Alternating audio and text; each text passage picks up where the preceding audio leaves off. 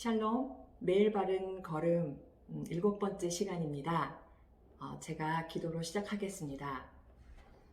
사랑이 많으신 아버지 하나님, 민수기를 통해서 우리가 또한 주님 앞에 성화되어져 가는 그러한 시간들을 돌아보게 하고 주님께서 인도하시는 그 길을 어떻게 따라가야 될지를 저희들이 볼 수 있게 해주시니 감사합니다.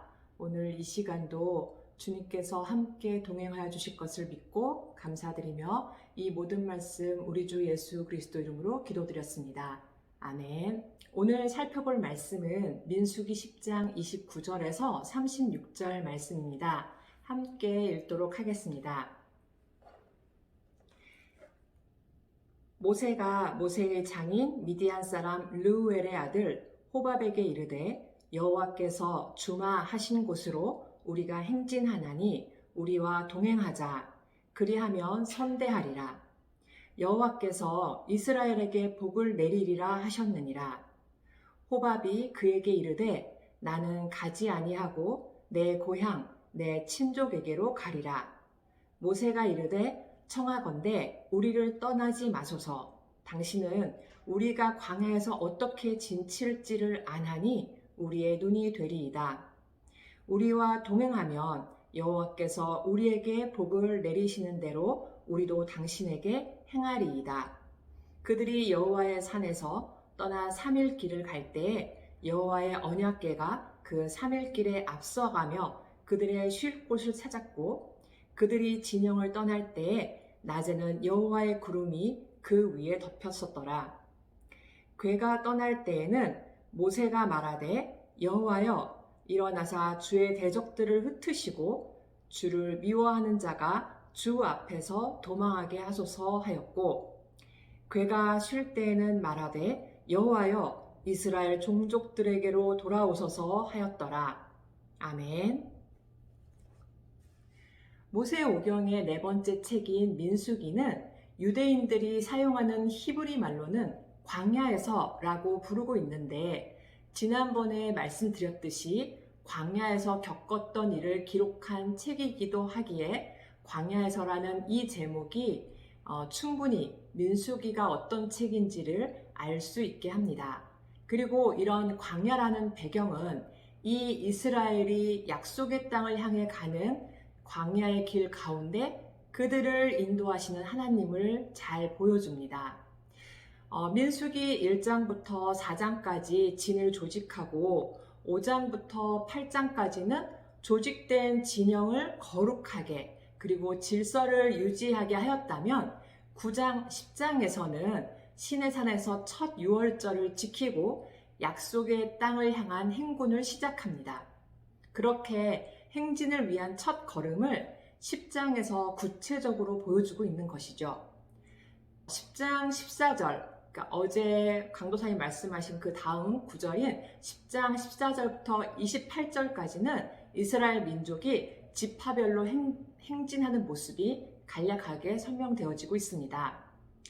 애굽이 생활권이었던 이스라엘의 입장에서 애굽을 탈출하긴 했지만 막막한 광야 생활 가운데 그들이 어디로 가야 할지, 무엇을 해야 할지를 정한다는 것은 굉장히 어렵고 답답한 상황이었음을 우리는 충분히 추측할 수 있습니다.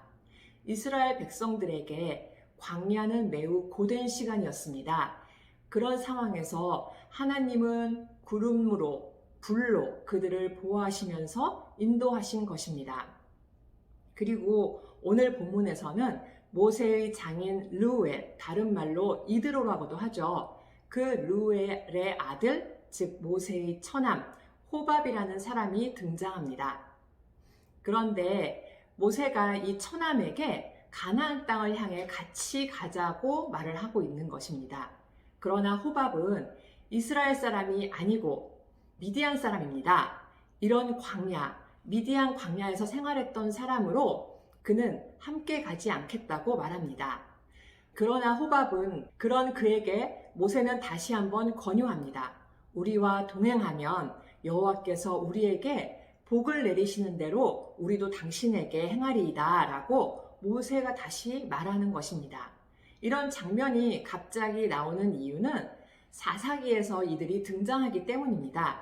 여기서 미디안 사람이라고 하는 것이 큰 족속의 이름이라면 그중 여러 지파 가운데 호밥은 겐지파 사람이었습니다.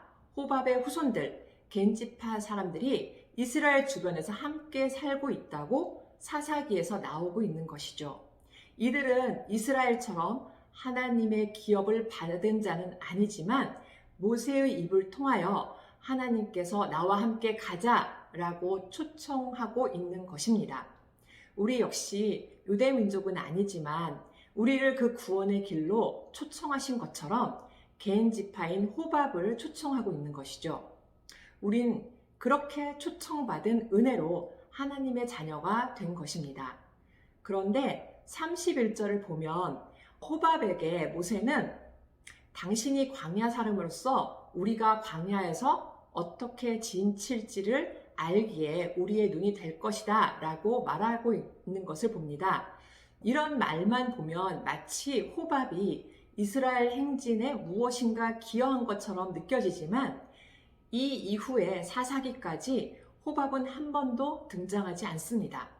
민수기가 기록하는 이 장면은 이스라엘이 가나안 땅으로 떠나던 첫날에 하나님께서 이들 개인 지파 사람들을 이렇게 초청하셨다는 것을 보여주는 장면인 것입니다. 하나님의 복음은 이렇게 장벽이 없습니다. 이 복음을 자기들만 가지려고 타락시킨 것은 바로 유대교입니다. 주 여호와의 말씀이니라. 내가 어찌 악인이 죽는 것을 조금인들 기뻐하랴. 그가 돌이켜 그 길에서 떠나 사는 것을 어찌 기뻐하지 아니하겠느냐. 이 에스겔서 말씀처럼 하나님께서는 악인이 죽는 것을 기뻐하는 것이 아니라 돌아오는 것을 기뻐하십니다. 이렇듯 호밥을 초청하시는 모습을 보면서 은혜의 하나님, 구원의 하나님을 우리는 볼 수 있습니다. 그리고 하나님은 우리를 인도하시는 분이십니다. 33절, 34절을 보면 우리를 친히 이끄시는 목자와 같은 하나님을 볼 수 있죠. 호밥은 광야 생활에 능통했지만 이스라엘 백성들을 이끌었던 것은 호밥의 경험이나 모세의 지도력이 아니었습니다. 이스라엘 백성들이 이동할 때 제일 선두에 하나님의 법궤가 섰습니다. 법궤는 하나님을 상징하죠. 그런 하나님의 법궤, 여호와의 법궤가 그 3일길에 앞서가며 그들의 쉴 곳을 찾았다고 33절에서 말하고 있는 것입니다.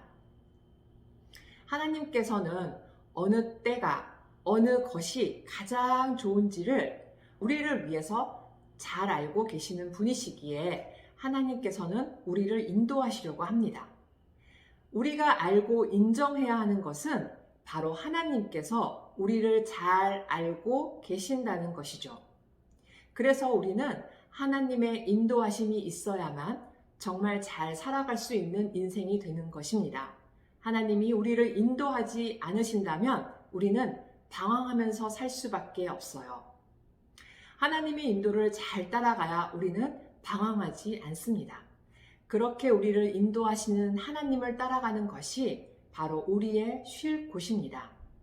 이제 35절, 36절을 또 보면 그 하나님의 궤가 떠날 때 그리고 쉴 때 했던 모세의 기도가 나옵니다. 우리를 구원으로 초청하신 하나님, 그리고 우리를 앞서 가시며 인도하시는 하나님을 우리가 인정한다면 그런 삶을 살았던 모세의 이 기도가 하루를 시작하는 우리들의 기도가 되었으면 좋겠습니다. 우리가 하루의 삶을 살 때 내 힘으로 산다는 그 생각을 버리시고 하나님께 기도하시기 바랍니다.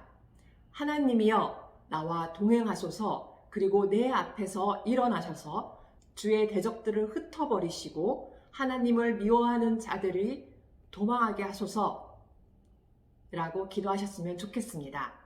또 하루를 마칠 때 어떻게 기도해야 할까요? 하나님이여 당신의 백성들에게로 돌아오시고 우리에게 평안을 주소서. 이 기도는 모세가 40년 동안 매일 행진할 때마다 외쳤던 기도였습니다. 또한 우리에게 주신 하나님의 기도입니다. 하나님께서 여러분보다 앞서 행하시고 여러분이 쉴 때 하나님께서 여러분들 머리 위를 덮으시면서 평안을 주실 줄을 믿습니다. 기도로 마치겠습니다.